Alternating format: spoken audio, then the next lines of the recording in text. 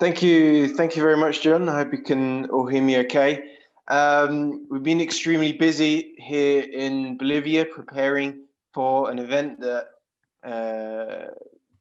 certainly for those of us here is of equal, certainly more significance in the US elections, and that is the return of Evo Morales to the country. He'll be returning on Monday, and we'll be there to cover the event for Monday through to Wednesday, finishing here in the Tropic of Cochabamba, where he was a union leader and where he led the movement, the successful movement against the US military presence in this region, the presence of the DEA and of USAID here in the Tropico. Of course, I'd like to speak about the issue of Latin America and how this plays into it, because of course the future of US and China relations has implications for everyone around the world. And I certainly share what most speakers, especially those from the US, have been mentioning, that there is, of course, bipartisan consensus and continuity in terms of hawkish, aggressive, imperialist foreign policies from both Democrat and Republican administrations. And certainly Latin America knows that very well. Certainly the people of Honduras know that very well. And the role of, they know very well the role of Hillary Clinton in promoting the right-wing coup there that's still not been defeated in the country. The people of Colombia know very well the role of Joe Biden in drawing up Plan Colombia, something that has created the sort of security state, the paramilitary state that exists today, and which claims the lives of numerous social leaders, indigenous leaders in the countryside every single week. And of course, Evo Morales himself will have very clear memories of how the Obama administration interacted with Latin America. It was under the Obama administration that Evo Morales expelled the USAID, the DEA for interference in the internal affairs of the country. And it was under the Obama administration where his personal plane was stopped in Switzerland, not even in the United States, but in Switzerland by US officials because they believed Edward Snowden was on his flight, which subjected Evo Morales to a humiliating stop and search, as if he were not an elected head of state. So we know that there has been a level of continuity through Democratic administrations, through to Republican administrations, in terms of an aggressive colonialist foreign policy. However, we have to also recognize that took a sharp turn for the worse under Donald Trump. So while the Obama administration began the regime of economic sanctions in Venezuela, under the Trump administration, we saw them take the extraordinary step of de-recognizing the elected government and imposing a new government that had no control over any institutions of the state, but which was recognized by the United States.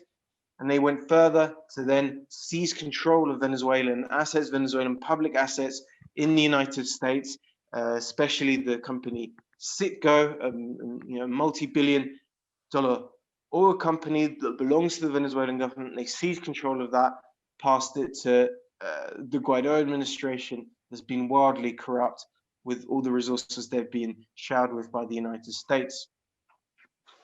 And on the question of Cuba, the Obama administration never lifted the embargo or blockade on Cuba, of course. However, there was a certain level of easing of certain restrictions on issues like travel and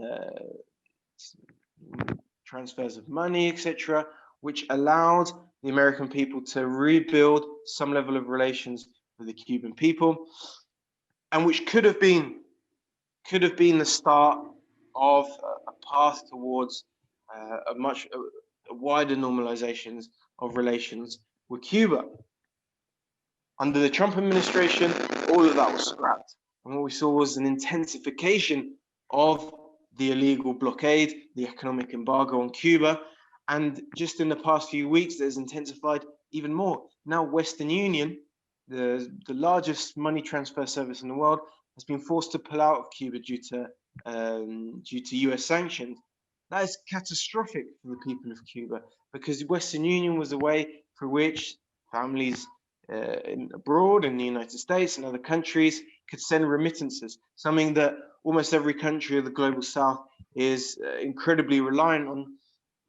So to take away people's access to that sort of money, to that sort of income, is something that will have awful consequences for ordinary people in Cuba. Trump has gone on a path of starving Cuban and Venezuelan people into submission. And although these were policies that were present throughout the Obama administration, were policies that massively intensified over the past few years. However, we've got to see what opportunities there can be under the Biden administration. Unfortunately, as every speaker has said, within the US, within the sort of media discourse, there is no bipartisan, always been bipartisan consensus around the need for aggressive US policy. And I think it wouldn't be unusual if Joe Biden responds to his sort of crushing defeat in Florida by becoming, even more of an imperialist than Donald Trump. I think it wouldn't be unusual if, his advisors, foreign policy advisors, speak in his ear and say that if you want to win back votes in Florida, you're going to have to go even harder than Donald Trump did on Cuba, on Venezuela, on Nicaragua. And what we could see then is an even worse situation for the people of Latin America. But hopefully, that's not something that's written in stone. That's a personal prediction. I sincerely hope that I'm wrong. But what Latin America really wants is not to stand on one camp or the other. Certainly don't want a new Cold War. What we want is to be able to have to strengthen a multilateral global system in which Latin American countries can interact with both the United States and with China as it sees fit. And Latin America, like everywhere around the world, has been subject to the same threats by the United States, particularly on issues like Huawei.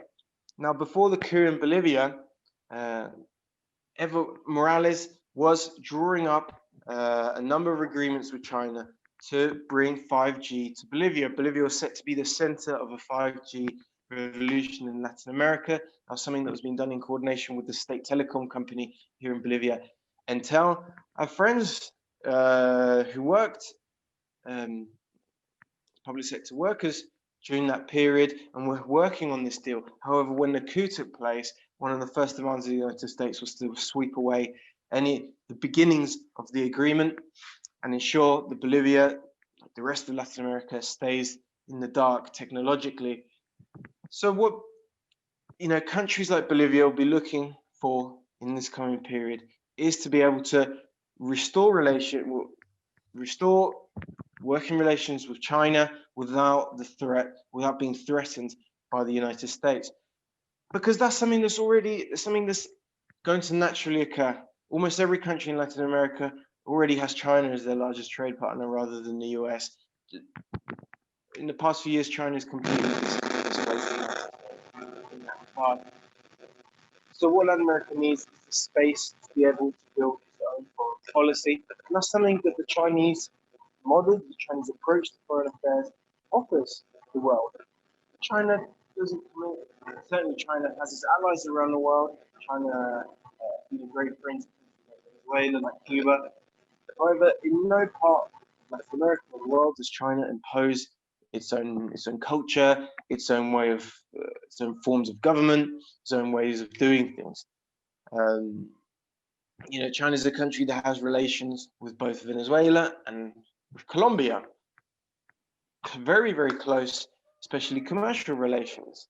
Now, one could say that maybe China shouldn't be doing it. Maybe China should be like during the last Cold War, like the role of the Soviet Union in promoting left-wing movements in Latin America and coming out hard against right-wing governments in the region.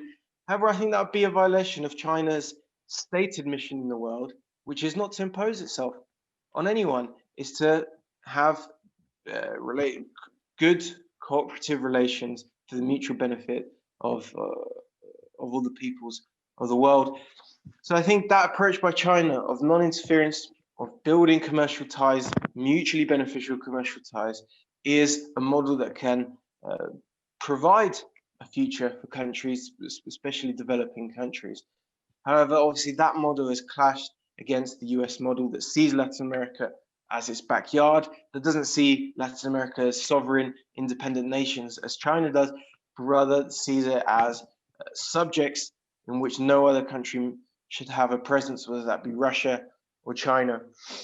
Hi, Ollie, So could you certainly, just bring your remarks yeah. to 10 minutes? No, that's all I had to say. I hope this future can bring out that space for countries like Bolivia to build an independent path to development.